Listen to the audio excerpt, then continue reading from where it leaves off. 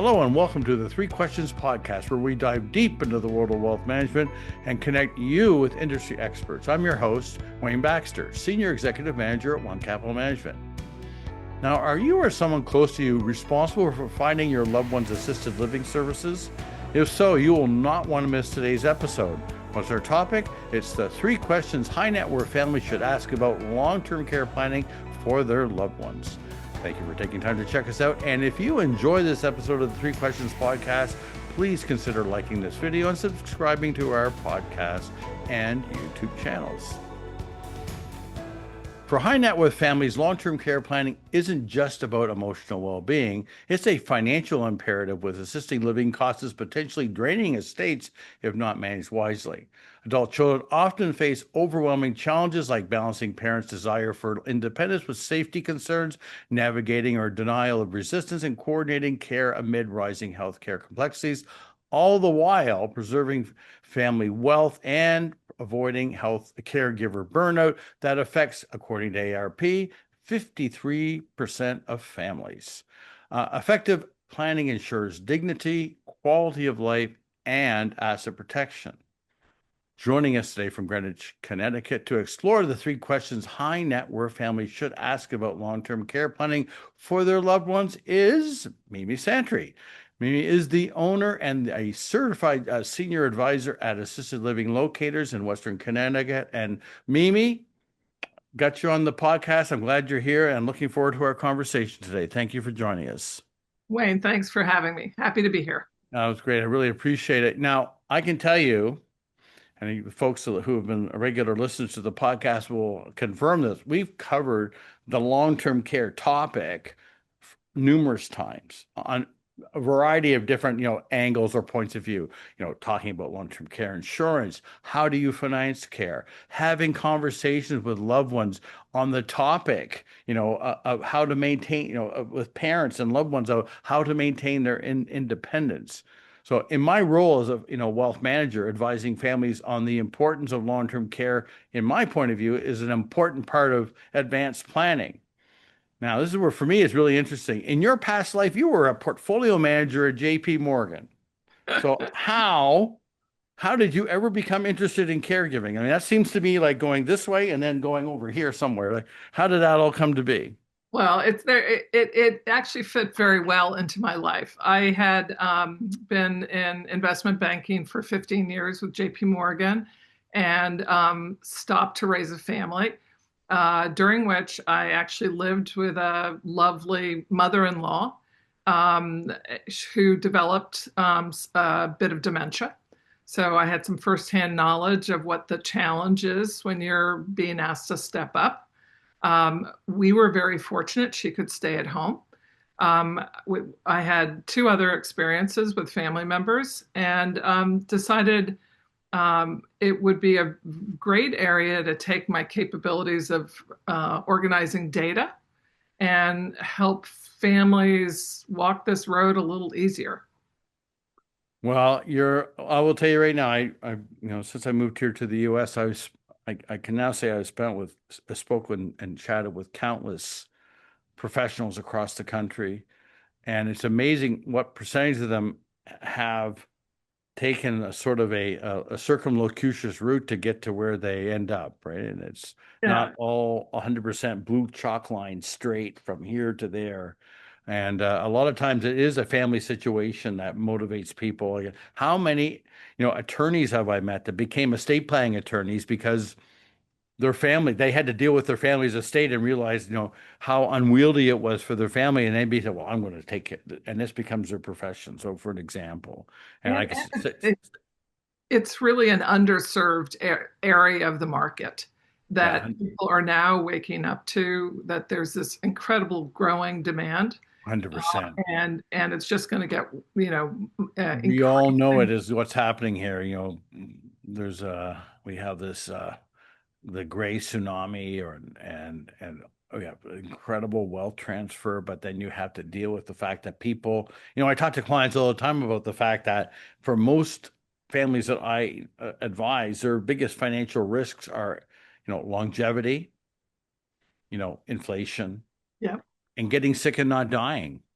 Yep. Tongue in cheek, I've said to a lot of my clients, we have to plan for the worst.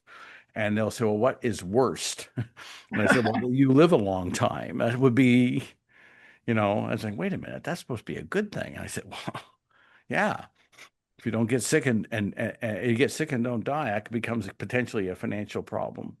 So I have something else I wanted to ask you about. You serve as an advisor to Tender Care, which, as I understand it, is an app that's designed to support caregivers by giving them organizational planning and safety tools. How did this all come about where you got involved? And maybe if you could tell us a little bit about the app, I'm sure people will be Yeah, interested. I would love to. This is groundbreaking technology. I was introduced to the founder, Shauna Sweeney, who is an amazing woman. You can see her on TV. She was talking to the UN. She was recently with Bruce Willis's wife doing an interview. Mm. She's been on count, she's in the press quite a bit, but a mutual friend of ours invests in silver tech. And she says, there's this woman who's in your field you should really meet. She is on a mission to support caregivers. Her mission came from the fact that she was really the sole caregiver for her father, who was diagnosed with early onset dementia.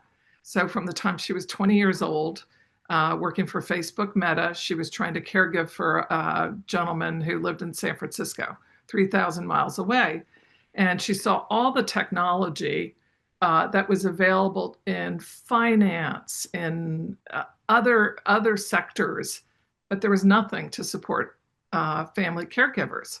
It's not a sexy topic. The resources weren't going there. And she's like, well, you know what? Somebody's got to do it.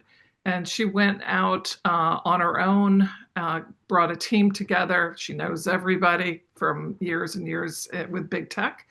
And what the app does is really three major things.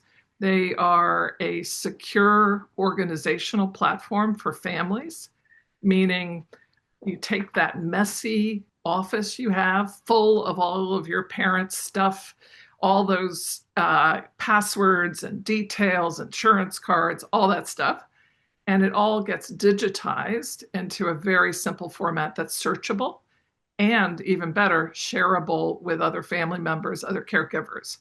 So you take a huge mess that takes a lot of time and you put it in a format that's shareable. Imagine going to the doctor's office and they ask you for the med list. You've got it on your phone and it's up to date because all you have to do is take a photo of a pill bottle and it updates. So that in itself is brilliant, but there are two other components that are even more so.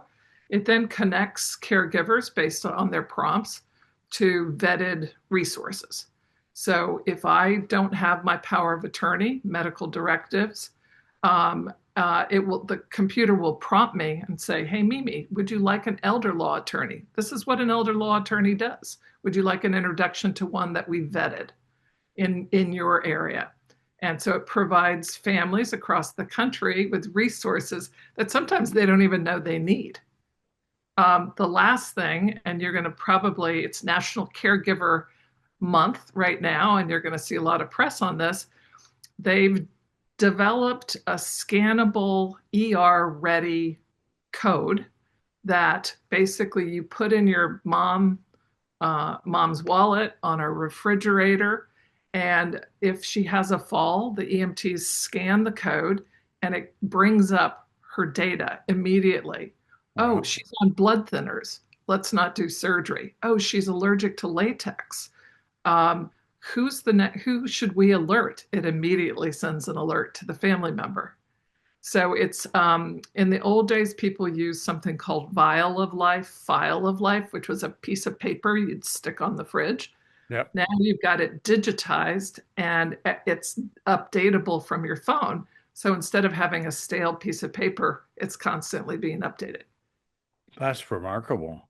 Yeah, it's Oh, it's God. very exciting, and I've had the honor of, I'm not a techie, but my role has been to sort of advise them what are the pain points for families, and what would work. what, you can't bring some super high tech thing that's not accessible. This has to be Yeah, you don't want easy. anything that's going to intimidate the people that they're not going to want to use it. So as long as they make it, Oh, we like to say simple and elegant, right? And this is simple and elegant. And as a 62-year-old woman, I can use it very easily. Like it's super, super easy to use. wow, gee, I'd like to meet you. Maybe one of these days you could introduce us. I'd love to talk to her. That would be amazing. Yeah, well, you can see her online if you want to. If you Google her, she did an amazing. There's a video on her that Chris Punsalan, who's got 3 to 5 million followers, did a piece on her, and it makes you cry. It's brilliant. Okay, well, I'll be looking it up.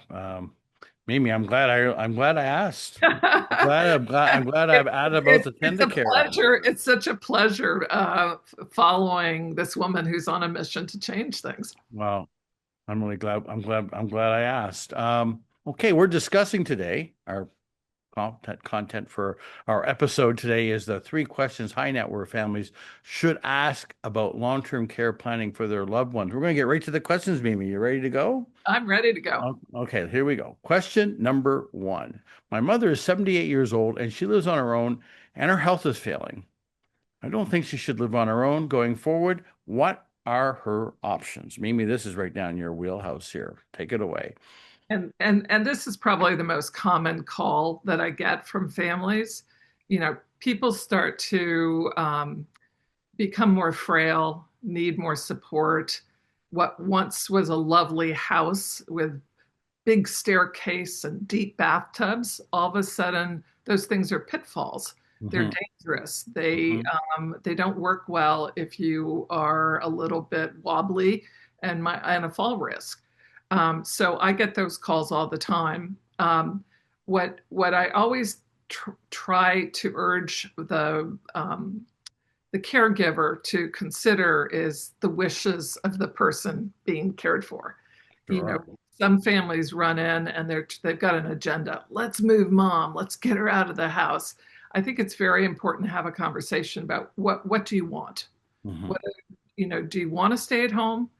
Do you want to consider a senior community? Let's have an understanding. And the other part of that equation is what's possible. And what's possible really is going to what you were bringing up, which is the budget. Hmm. Until people understand how care at home is packaged and sold, they can't make a good decision because they might say, we're never moving you, mom. But if the cost is 25,000, 35,000 a month, then maybe the Maybe it's right going to be mom, we're moving you. it might not be possible. So we have to be realistic. With what I do is I walk the family through. This is how care is paid for. A lot of people think Medicare, medical insurance, is going to cover it. It doesn't. It's borne privately by the families. We discuss whether people have long-term care insurance, which is a huge help and can Hmm. pay for either care at home or rent plus care in a senior community. So we'll talk a little bit about how long-term care is activated. And then we can talk about resources in the community that actually could lessen the load for the family members. They're wonderful adult day programs for people with dementia. There are senior centers that have programming so you can get a little break. And there's also volunteerism where people will come in and deliver groceries, do ride shares, help, just help sit with somebody.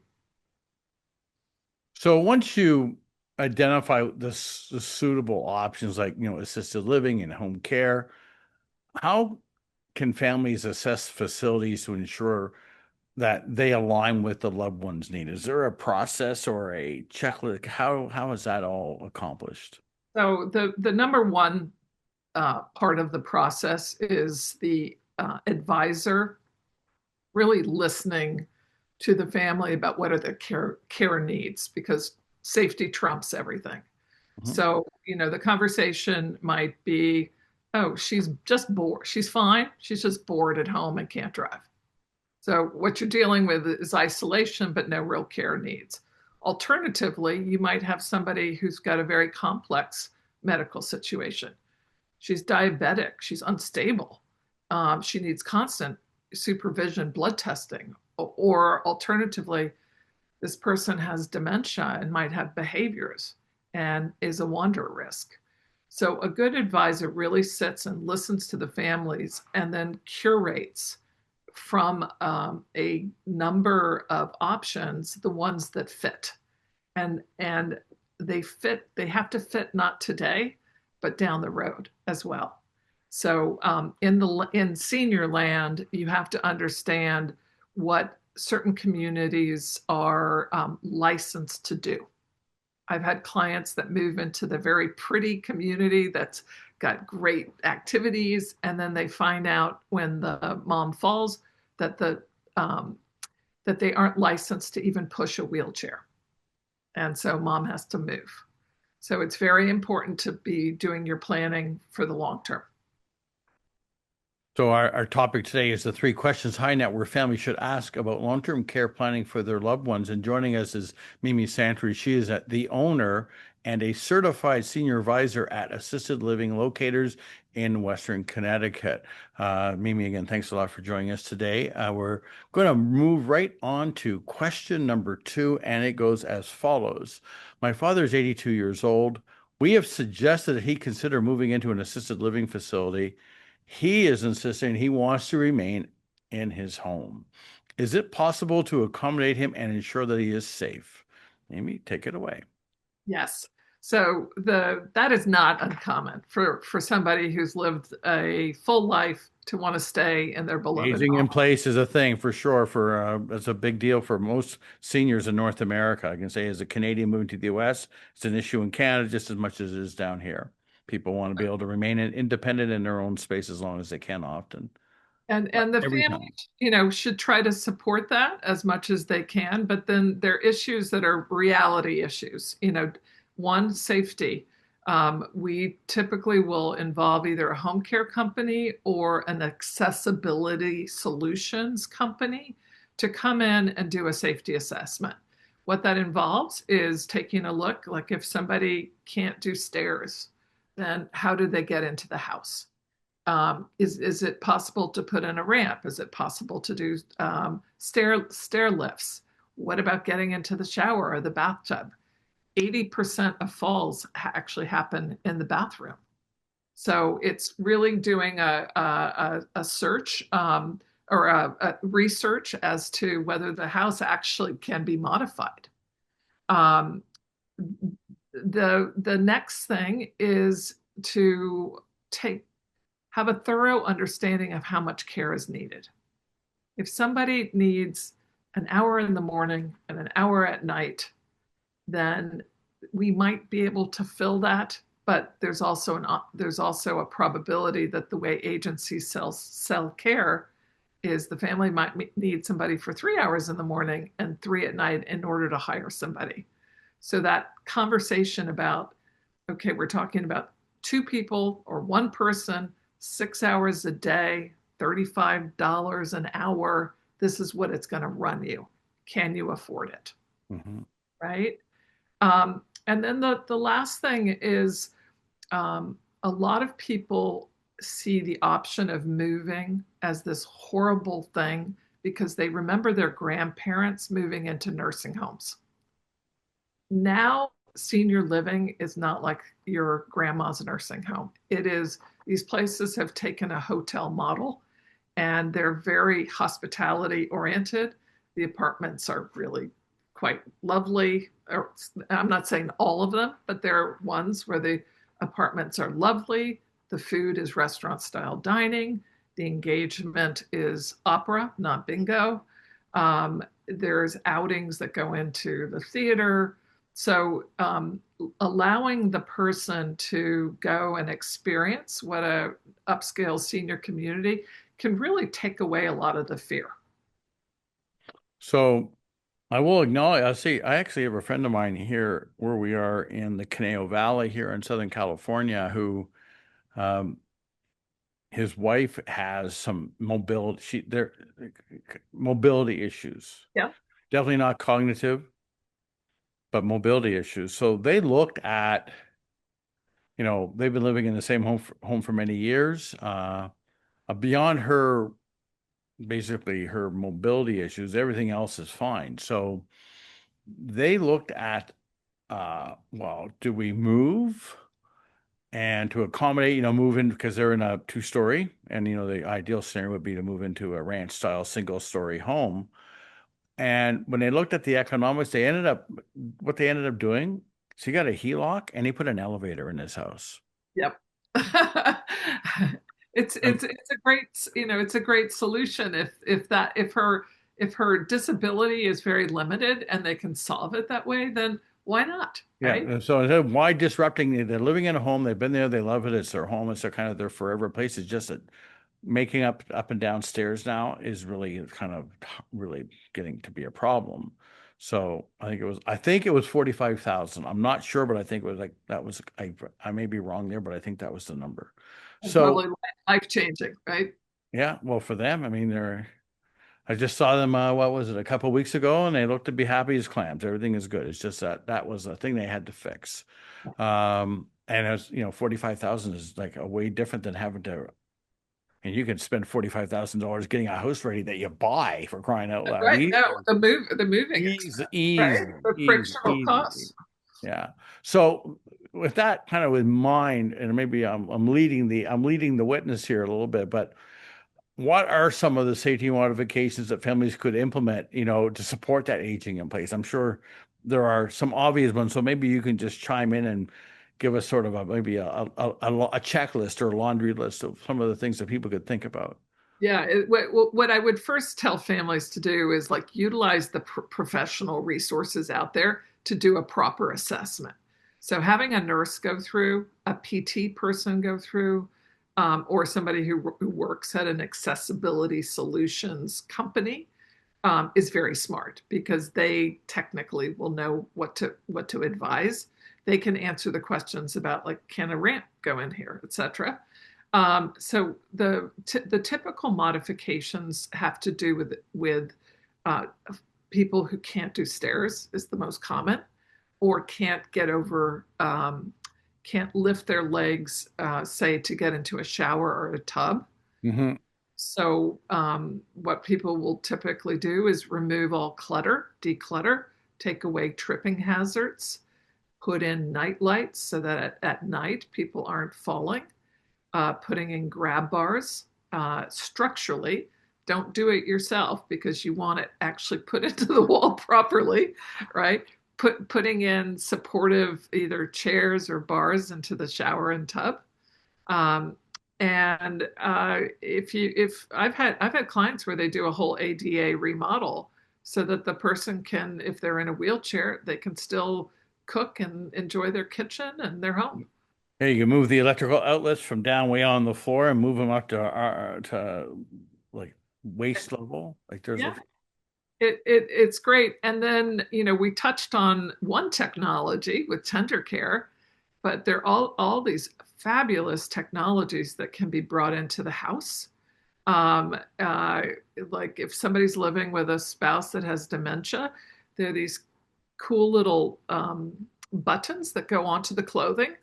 And if the person sits up in the middle of the night, the phone rings, they're told to go to the room, and it happens before their feet even hit the ground. hmm.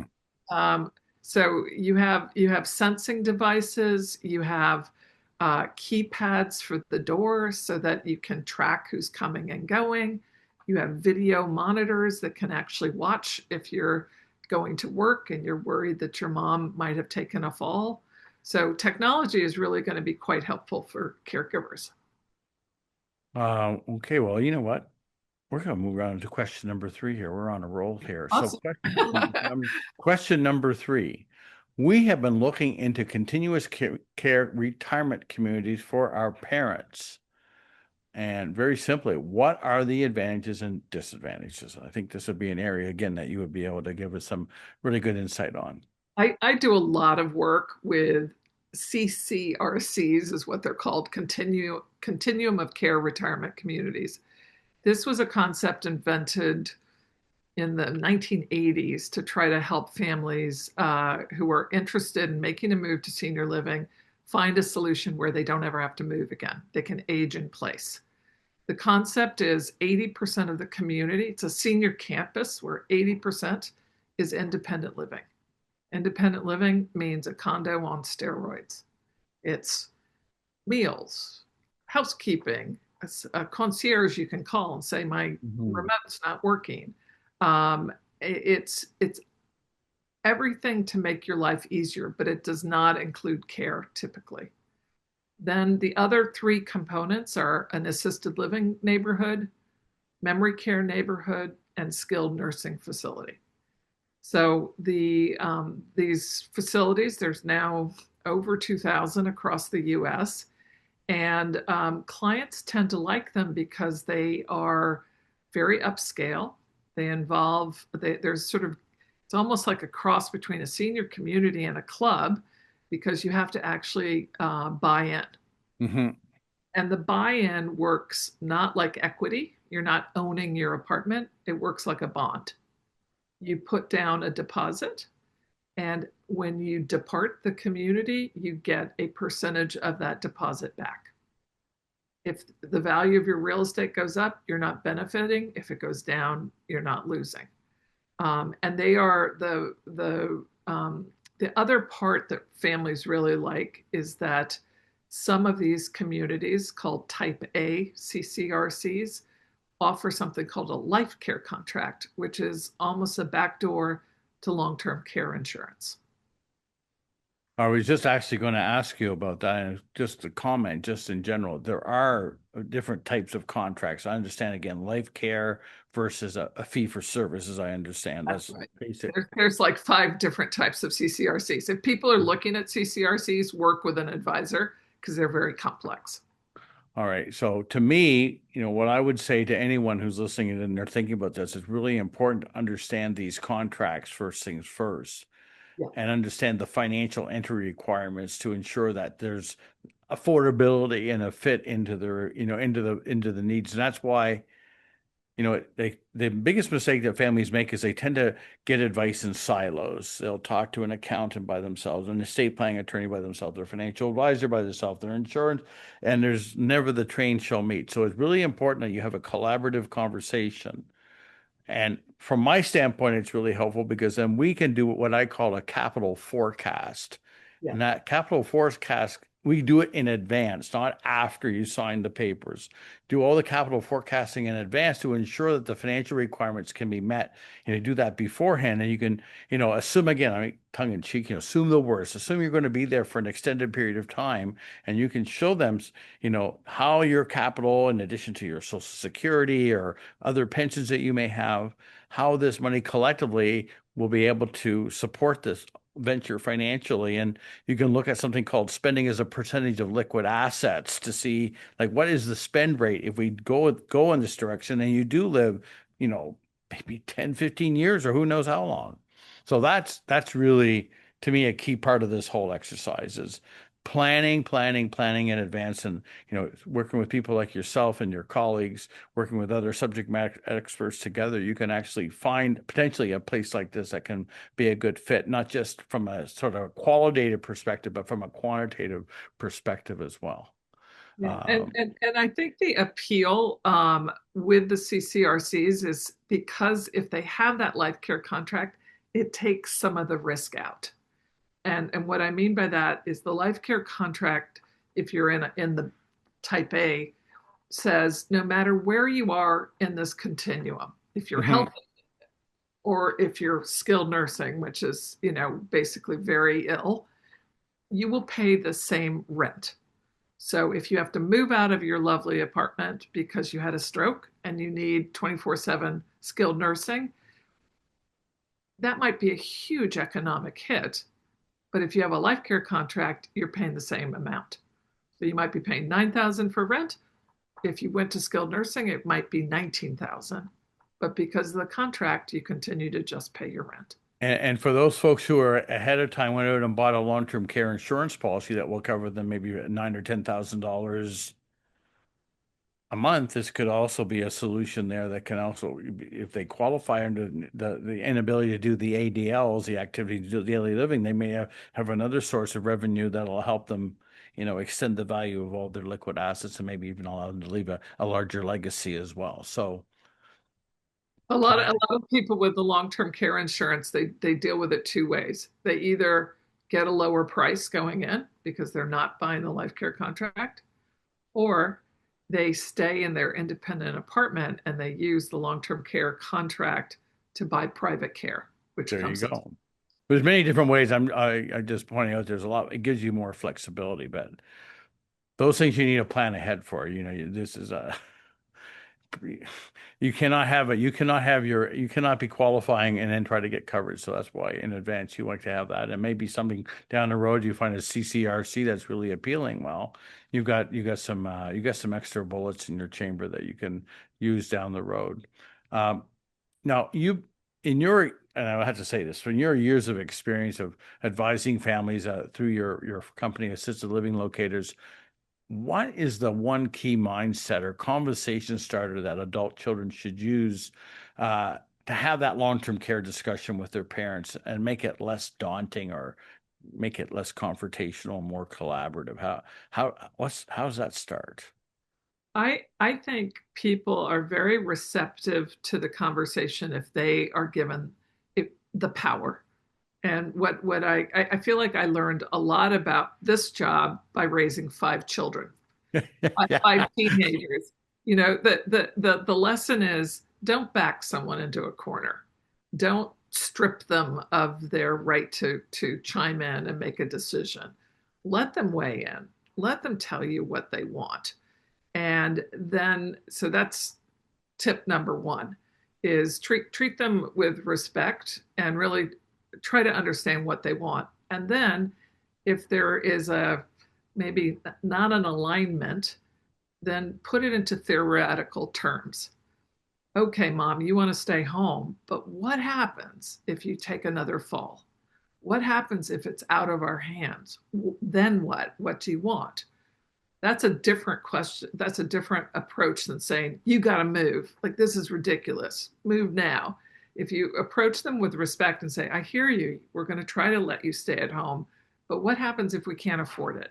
Or what happens if you take a fall and you need further, additional care? In the fact that it's a theoretical conversation allows somebody to relax and work with the brain and not their emotion. Yeah, because we know I say, I use the acronym EDI, emotions destroys intellect, right? And Yeah, yeah, yeah. Well, you can imagine, like what a situation. Like this is the parent. This is somebody who's had 85 years of a full life, and then mhm, all of a sudden their kids are acting like they, can't make a decision. It's insulting. It gets them riled up and in the corner. That's the mhm. last thing you want. So before we wrap up here, we talked about the Tender Care app, right? I'm just thinking, are there any other sort of emerging trends for long-term care that you see benefiting families? You have, again, the app sounds great, I got to say. But is there anything else out there that you see maybe looking forward to 2026? I can't help but think about what AI is going to accomplish, but Yeah, amazing. When I talk to the senior communities about what they're most excited about, it's these monitoring systems that they're putting into rooms, and they're not visually monitoring. It's more that they're picking up on trends and behaviors and movement. hmm, So falling is a huge issue in the no senior. kidding. That's a major issue for seniors is falling, 100%. Yeah, and there's Very some traumatic. you hear these terrible stories where people don't respond quickly Yeah. because they don't know. And, people are trying to respect the residents' privacy. But, Hmm. if somebody takes a fall, you want to be right there. So this Hmm. monitoring system, Hmm. it can be used in the home, it can be used in these senior communities, but it allows people to immediately respond and also go back and see what was the root cause.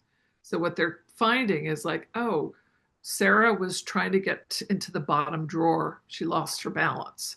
Let's move everything up, you know, and avoid that in the future. Or there was a little rug. We got to get that rug out of that apartment because she tripped on the rug. So that's the one that I keep hearing the senior communities crow about. They love it. They're able to respond so much more quickly when there's a fall. So we have a website where obviously folks who are watching now, maybe they can see your contact information, how to get a hold of you. But we have a lot of people that listen on Apple and Spotify. Maybe they're in their cars. Like obviously they can't see your contact information. So maybe you could just share with us what is the best way for people to contact you if they want to follow up and learn more about what you do and maybe pick your brain a little bit about what things they could be doing to help their loved ones. So I'm going to give my email and a phone number. I will also would like to tell you that I'm part of an organization, sort of concierge advisors across the country. We're called Assisted Living Locators, based out of Phoenix. There are 170 of us across the country. So that's just a wonderful resource where if people are listening to this and they're based in a different location, they can look up that local advisor who is not going to be in a phone bank, on the moon giving advice about local resources. We're all embedded in the communities trying to help. And we're free. There's no charge for the services. So my telephone number is 203-253-9541. And my company's name is Assisted Living Locators. You can go in and actually look me up just through assistedlivinglocators.com. Perfect. Well, listen, Mimi, I want to thank you very much. I'm really glad we met there a while back and got a chance to get to know you a little bit and appreciate you making time for me today. Thank you very much. I appreciate you, Wayne. I know you're doing a great job for all your clients. Thank you. So Mimi Santry is the owner, and she's a certified senior advisor at Assisted Living Locators. And she's located in Western Connecticut. Mimi, thank you very much, and we'll see you soon. See you later. I look forward to bringing you the Three Questions podcast, and I hope you find them educational and informative. Please consider liking this video and subscribing to our podcast and YouTube channels. And to receive a notification of when our latest episode has been posted, please click on the notifications bell. Lastly, to schedule an online Zoom consultation with me to discuss your wealth management needs, please click on the link in the description box below, www.onecapital.com/meet with Wayne. Thank you, and we will see you soon.